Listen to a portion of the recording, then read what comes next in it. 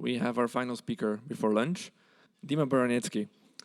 He's a technical lead and senior data engineering consultant with a lot of experience in Kafka and distributed systems. Please welcome him with a round of applause.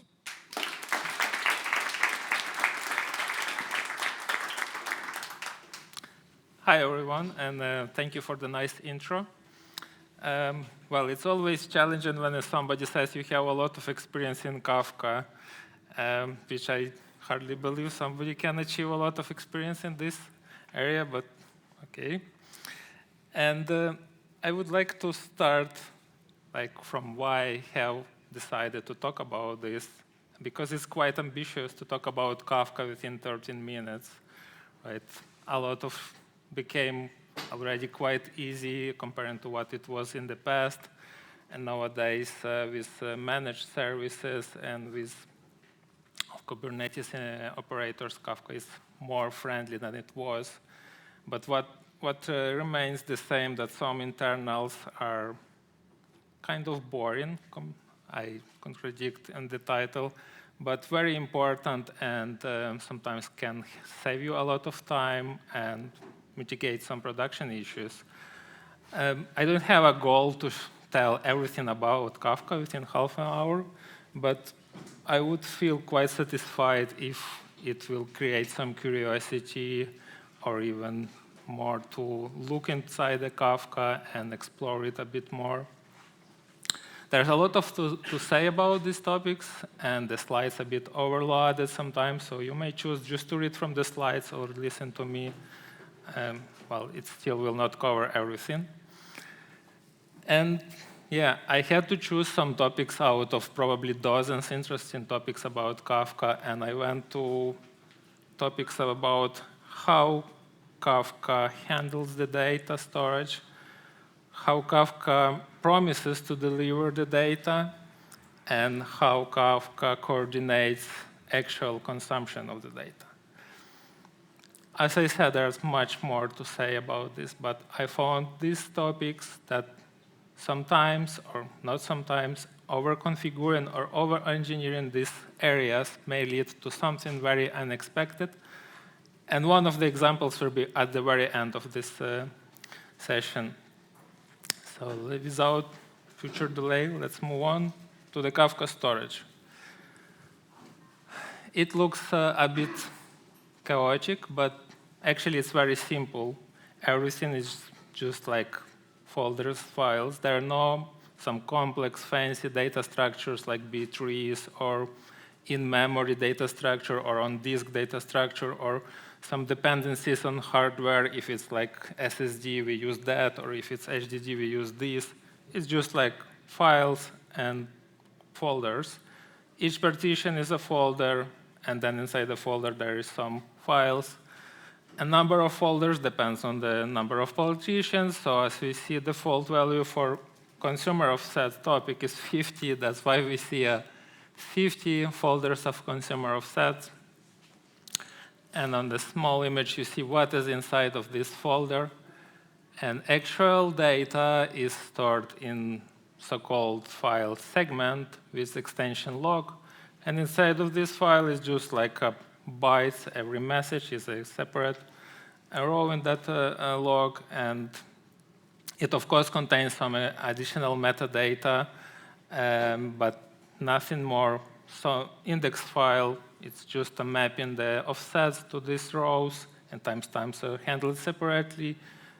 Logs or segments are immutable, append only, and you can configure its size, something like that. And when the size it exceeds, then a new log is created. Well, the name is a lot of digits. I'm not sure what happens if retention is disabled and this number exceeds what Kafka does, but probably nobody ever reached that situation. And actually, what is inside of the log file of the segment? For some experiments, I created like a dummy producer that was randomly sending some strings, digits, etc., and everything was accepted because Kafka essentially doesn't care what you give it to Kafka, you can give just random bytes. It's a bytes protocol. Whatever you send, if you pass the authorization, if you do not exceed the size of the message, which is also configurable, that's probably the only limit. Kafka will just accept it. It doesn't hold the meaning. And yeah, basically, for Kafka, I tried to somehow display what is inside the log using hex dump. Well, beginning is some metadata and actual messages are here.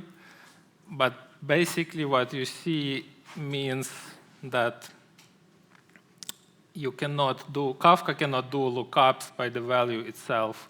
Kafka cannot do filtering itself. Kafka cannot do range queries on this data because it doesn't know what is inside of these bytes. And also, there is no limit that producer can produce only to one topic. Basically, you can also just put like a wildcard and produce to all topics at the same time. The same for consumers. And this means that actual processing of the data happens only when it's deserialized by your clients, which is sometimes confusing. And actually, there are some tools that using Kafka for persistent stores as a schema registry, especially Confluent schema registry stores the schemas inside the Kafka, which creates a confusion, but it is what it is. And then you may say, like, OK, but what about the schema registry, schema validations? Like, if the message doesn't match the schema, I cannot produce this message to the Kafka. And now you say Kafka doesn't care about what I produce. Well, schema validation and actually any kind of serialization or validation of the message is a client problem, not Kafka. And if you actually look at any example or your code, what happens with the schema validation, it happens actually before even producer called. So schema validation, schema evolution, it's outside of Kafka, and it's just a good addition. I remember the times where we didn't have a schemas at all, or we didn't have a schema registries at all.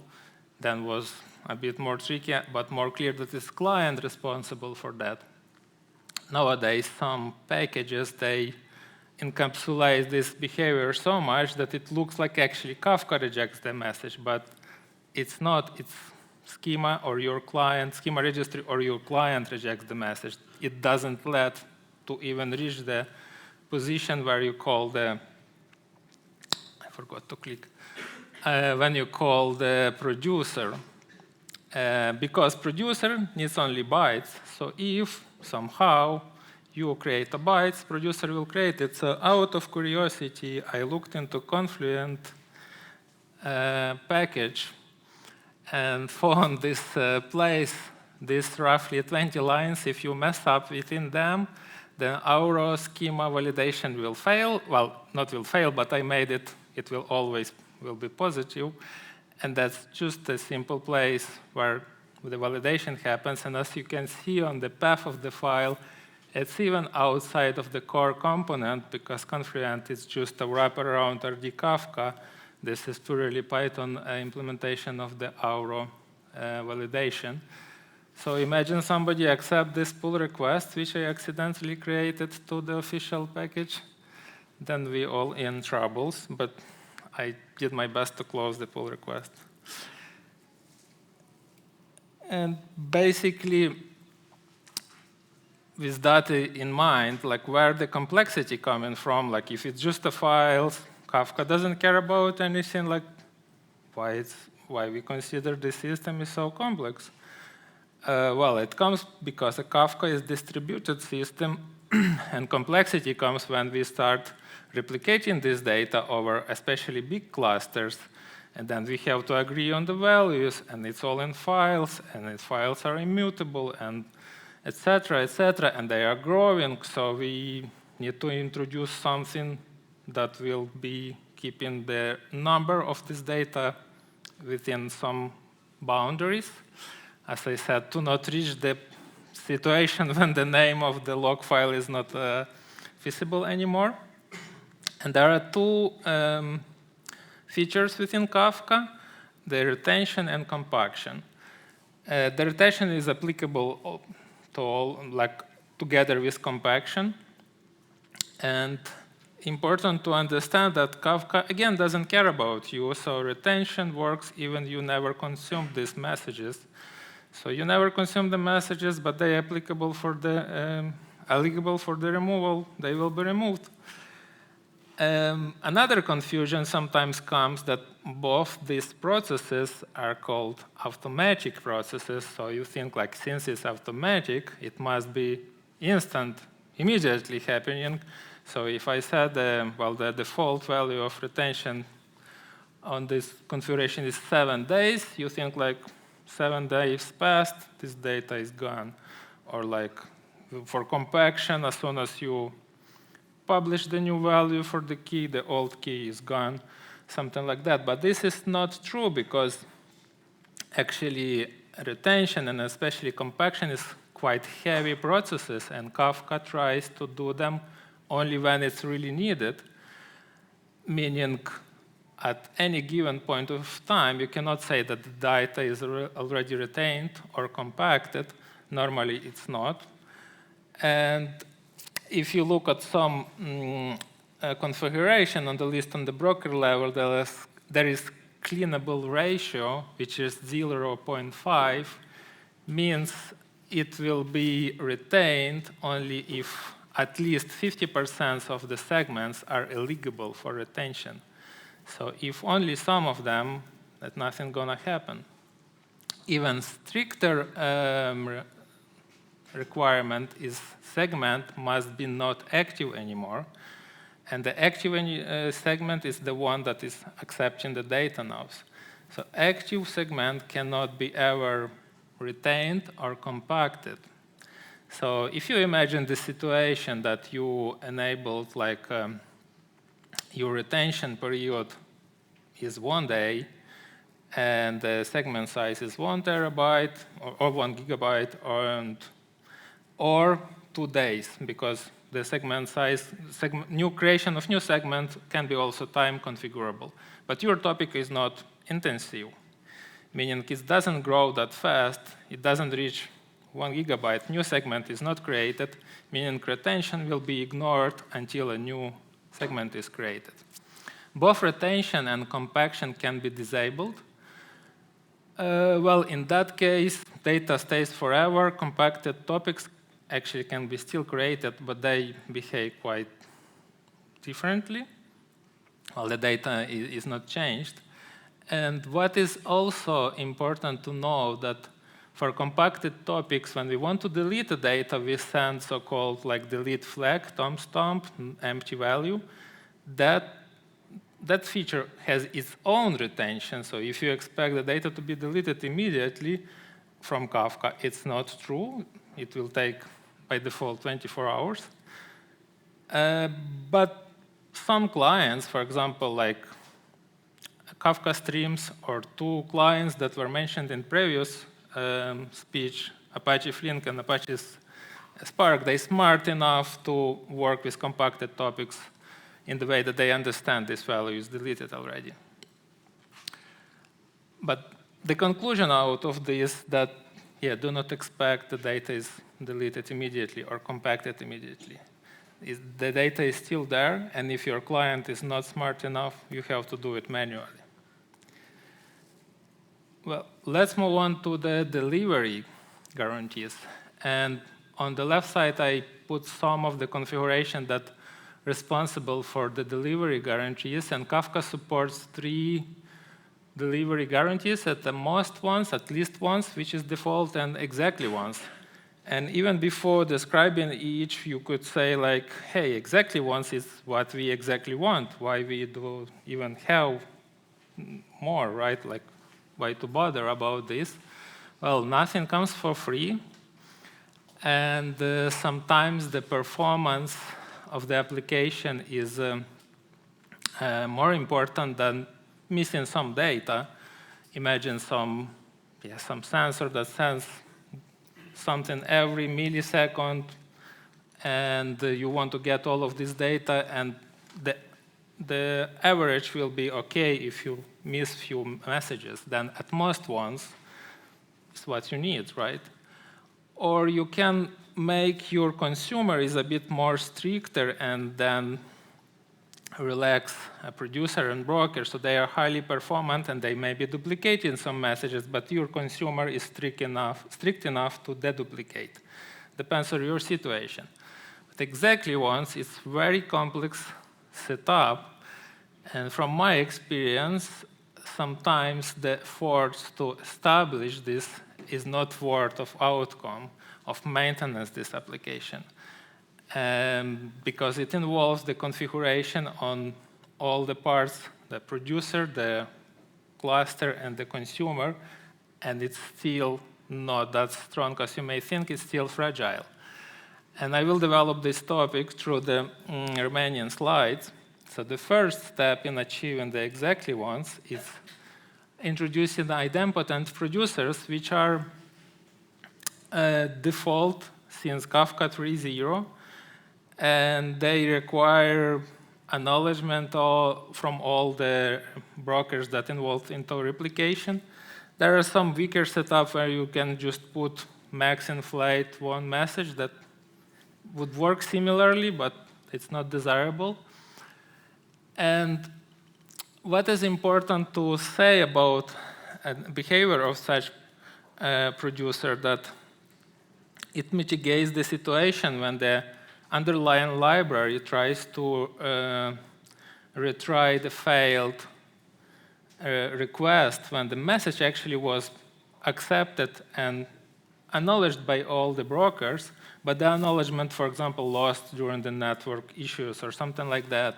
And then underlying library, like RD Kafka, by default, retries several times, which can lead to duplicates.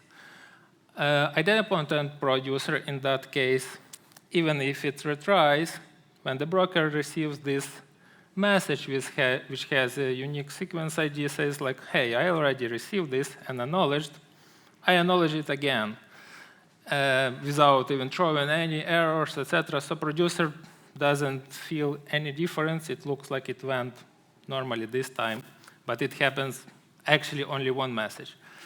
Sometimes I saw the confusion that people think that such kind of configuration prevent the client from sending the same data, which is not correct for different requests. So if your application is having a bug and producing the same data multiple times, it is a different request.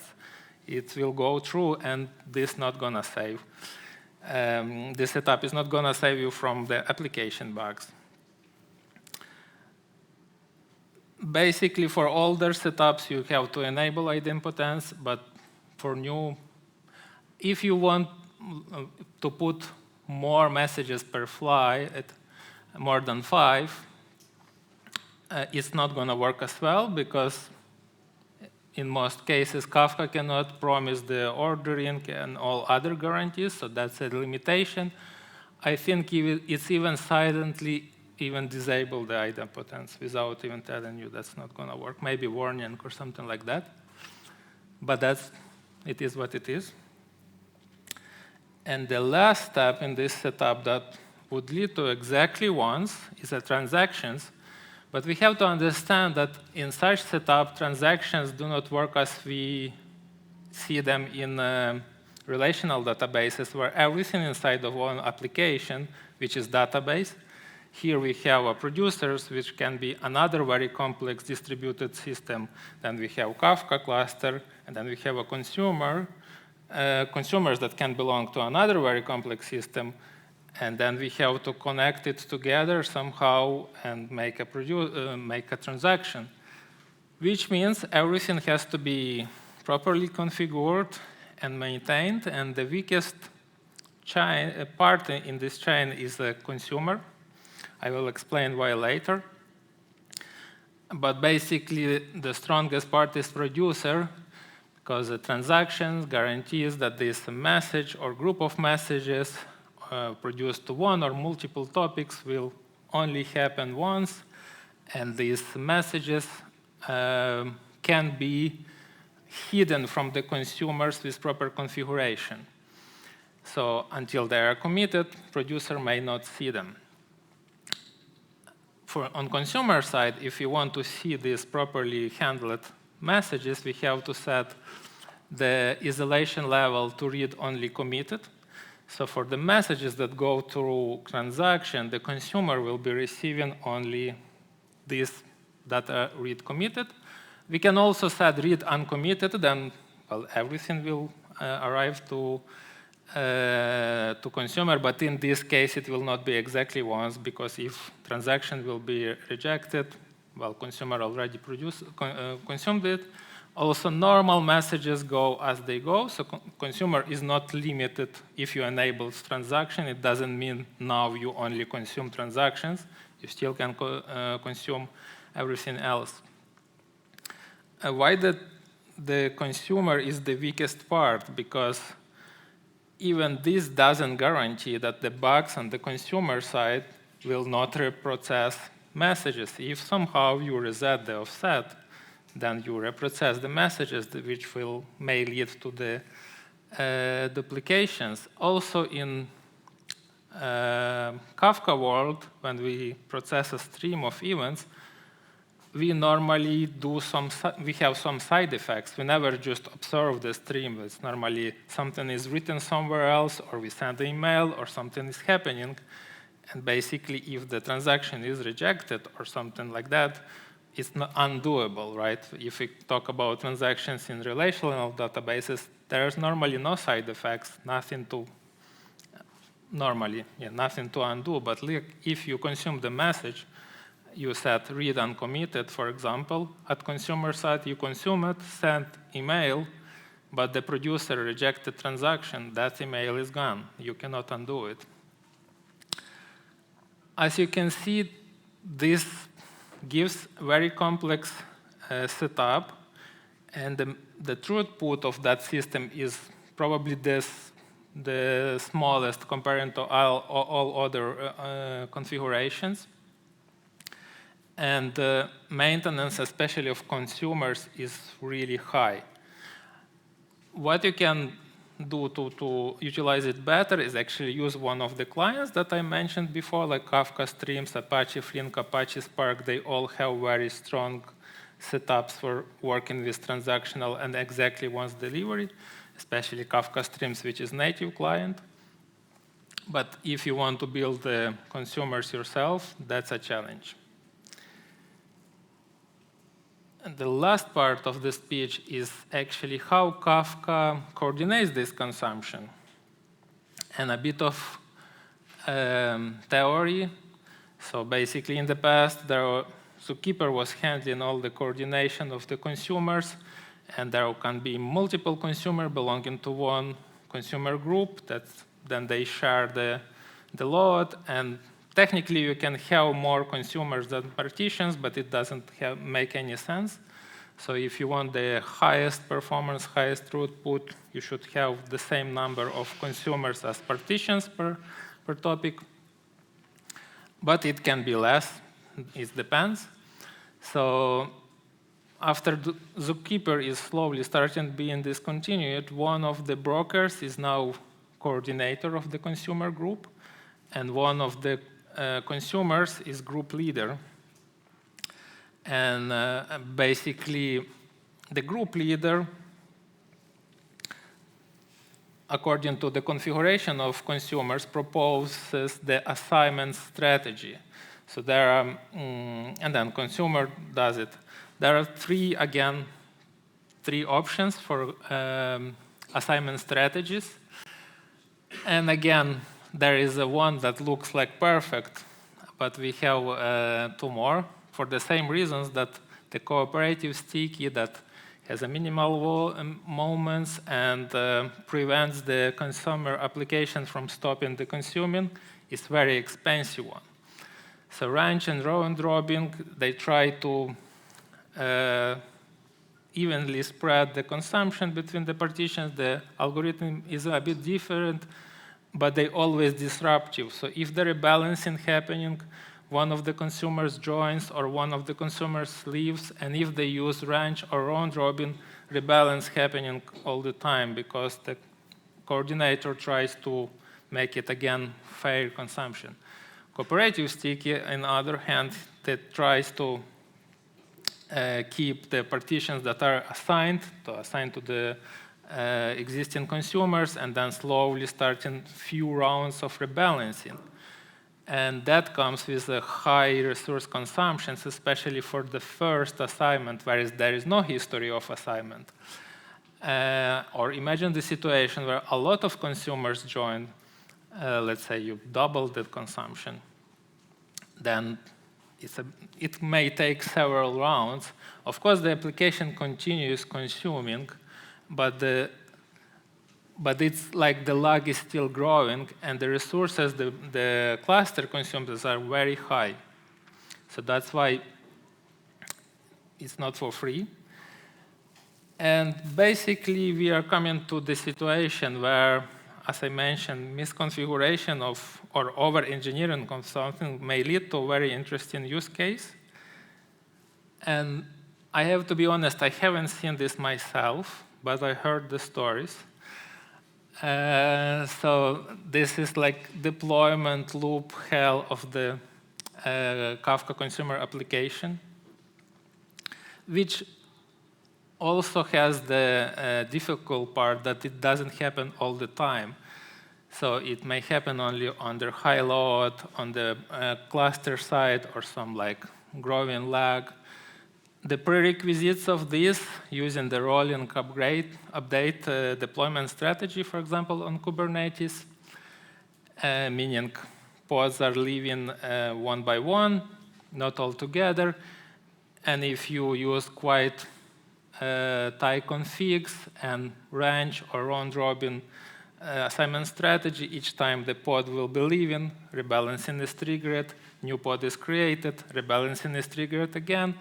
And if the readiness probe fails, the pod again removed, and again, and then it goes into loop, and actually it increases the lag, meaning like if you went into this loop, probably it will be very difficult to get out of this loop. But during the development, you may not face this situation, especially if it's a small cluster on development machine, no lag, everything may work. So that's why it's occasional, it's difficult to debug, etc. It may work, it may not work.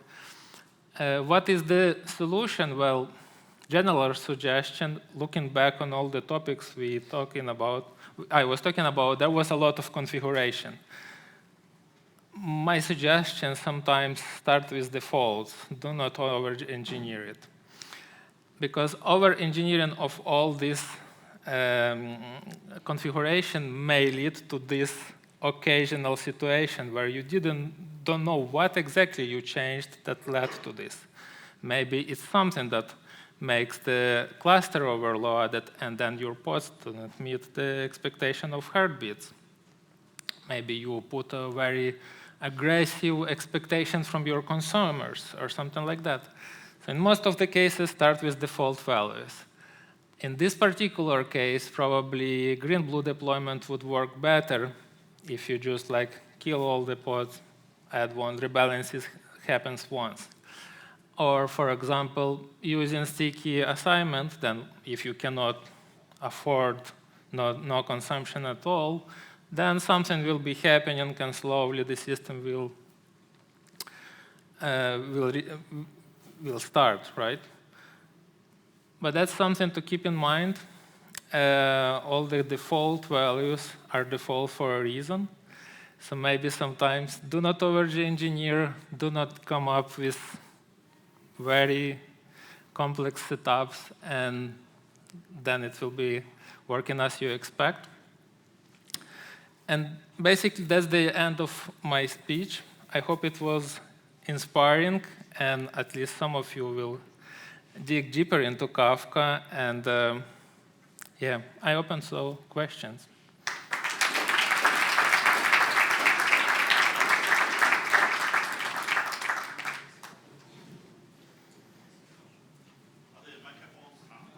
Thank you. Thanks a lot for the talk, and yeah, it's a wonderful system. I love Kafka a lot. I have a question.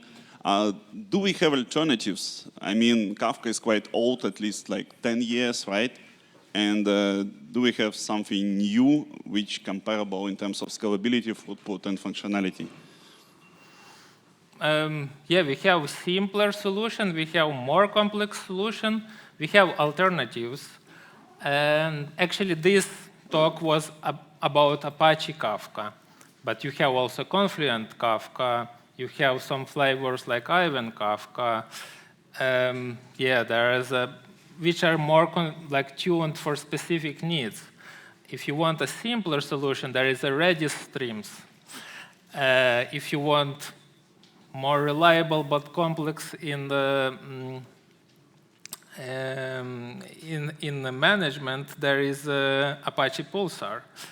If you want more managed like Amazon Kinesis, it's more strong about retention period. You cannot change it, right? You can make it smaller. This is a very good question because people fell to Kafka because it's very well known and old, etc. But for some use cases, I found like if you need a message bus, then just use a tool that fits for message bus. Don't use Kafka. If you need a heavy streaming solution, maybe Kafka is your tool. And yeah, if you need some streaming but without strict guarantees, maybe Redis Streams is your tool. So that's the way I would choose to select a new tool.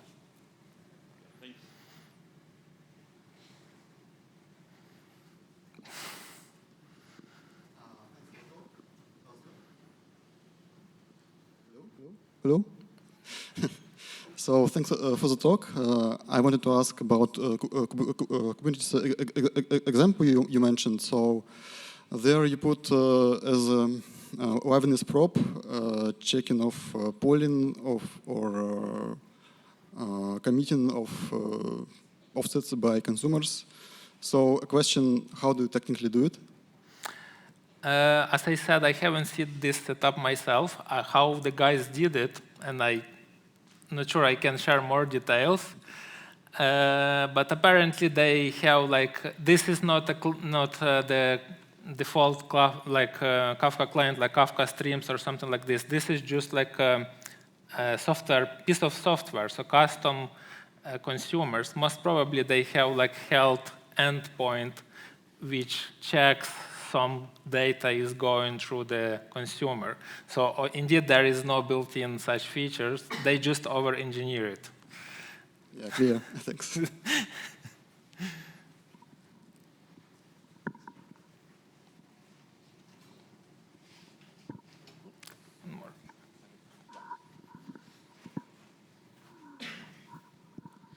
Hello, thanks for your talk. I was wondering, at what point would you say it's for a company the right time to adopt a technology like Kafka, especially if you're startup, scale-up phase? Would you say it's easy for a company that has no experience with this technology to start using it? I would say the internal expertise is the crucial point. So regardless of the complexity of initial use case, if the company feels comfortable maintaining and understanding all these complexities, not out of curiosity, let's try it, but there is already some expertise, then it's crucial. And if there is a foreseeable demand of such PubSub system that has this kind of guarantees. One more I forgot to mention, there is a Google PubSub, which is a bit more simpler, but doesn't guarantee any ordering if you don't need it, right? So if you need all of these strict guarantees that Kafka promises, and you have expertise to understand it, then it's the right time. Otherwise, if you don't need all of this, start simpler. And most of these tools nowadays, they're kind of compatible, so moving from one to one is not end of the world. But start simple, and when you grow the expertise, adopt stronger solution. Okay, thank you. All right. Thank you all for the questions. Thank you for listening. Thank you again to Dima. Could we get a final round of applause for him?